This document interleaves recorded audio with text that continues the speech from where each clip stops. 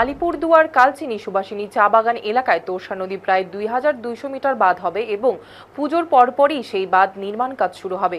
সোমবার সুবাসিনী চা বাগানের পরিদর্শনে এসে এই কথা জানালেন স্বরাষ্ট্র প্রতিমন্ত্রী বিশাল লামা। তোরসা নদীর ভাঙনের ক্ষতিগ্রস্ত সুবাসিনী চা বাগান।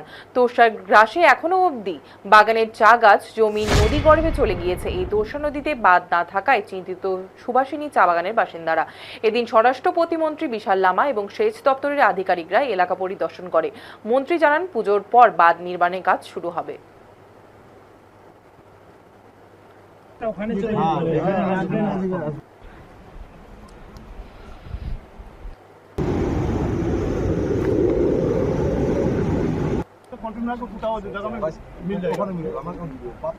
मेरा नंबर तो इमरजेंसी काम कर रहे थे, बोले थे उस दिन इमरजेंसी साहब बोल रहे वहाँ तो कुछ नहीं हुआ है, वो बांस वास लगा के वो। স্যার, এই যে গত বছরের বন্যায় আপনার বাগানের বাঁধ ভেঙে গেছিল, তারপর অনেক মাস পেরিয়ে গেছে, এখনো বাঁধ তৈরি হয়নি, চা বাগান ক্রমশ চলে যাচ্ছে। আজকে মন্ত্রী বিশাল লামা ভিজিট করতে আসলেন, কি আশ্বাস পেলেন? মন্ত্রী বিশাল লামা দিকে আমার এবং আমার কোম্পানির তরফ এবং বাগানের সমস্ত ওয়ার্কারকে অনেক ধন্যবাদ যে উনি এলেন এবং নিজে পার্সোনালি দেখলেন। ওনার সাথে এইদিকে সাহেব এসেছিলেন, তারপরে ইরিগেশনের যে ইঞ্জিনিয়ার সাহেব আছে উনি আছেন, এসপি সাহেব এসেছিলেন, সবাই দেখলেন এবং নিজেরা রিয়ালাইজ করলেন ব্যাপারটা আমরা কত দিয়ে আছে। এবং ওনারা বলছেন যে 2.2 কিলোমিটার যে বাঁধটা একটা টেন্ডার হয়েছে সেটা মানে কাজ শুরু হবে এবং খুব ভালো মতো হবে, কিন্তু হয়তো ইমিডিয়েট কাজ আর শুরু হচ্ছে না। ওনাদের কথা শুনে যা মনে হলো যে এখন এই বর্ষার মধ্যে তো কাজটা করা যাবে না, এরপরে আমরা কাজটা শুরু করব।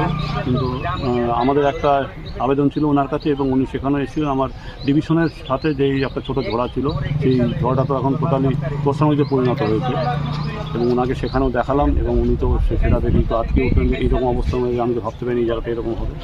তো ওনাকে রিকোয়েস্ট করলাম যে আপনি ইমিডিয়েট দেখুন যদি কাজটা স্টার্ট করতে, এবং এখানে যে ইরিগেশনের যে ইঞ্জিনিয়ার সাহেব ছিলেন শরৎবাবু, ওনাকেও বললেন যাতে কালকের থেকেই কাজটা শুরু হয় এবং সেটা দেখার জন্য বললেন। এবং ইঞ্জিনিয়ার সাহেব আমাকেও কথা দিলেন যে মাঝখানে কাজটা শুরু হয়েছিল, কিন্তু যে কোনো কারণেই হোক বৃষ্টির জন্য এবং তাছাড়া হয়তো আরও কিছু পারিপার্শ্বিক কারণের জন্য কাজটা করতে পারেননি উনি, এবং উনি বললেন যে আগামীকাল থেকে কাজটা শুরু হবে। কত টাকা বরাদ্দ? দাদা, এই সুবাসিনীতে অনেক দিন ধরেই বাঁধ ছিল না, বাগান চলে আসছিল, আপনি ভিজিট করতে আসলেন, কবে তৈরি হতে পারে বাঁধ?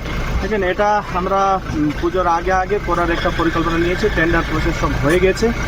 এই যে ভাঙনটা খুব বড় ভাঙন হয়েছে আর পুরো বাগান তো গিয়েছে, এবারে এইদিকে আমাদের গ্রাম, তারপর ওই উপরে যে গ্রামটা খুবই এফেক্টেড হয়েছে। গত আমরা এসেছিলাম, আমরা দেখেছিলাম, এবার টেন্ডার হয়ে গেছে, খুব পুজোর আগে এটা হয়ে যাবে। কত মিটার বাঁধ হচ্ছে? 2200 মিটারের একটা বাঁধ হয়েছে, তারপর এমার্জেন্সি আরও কাজ চলছে, সেটাই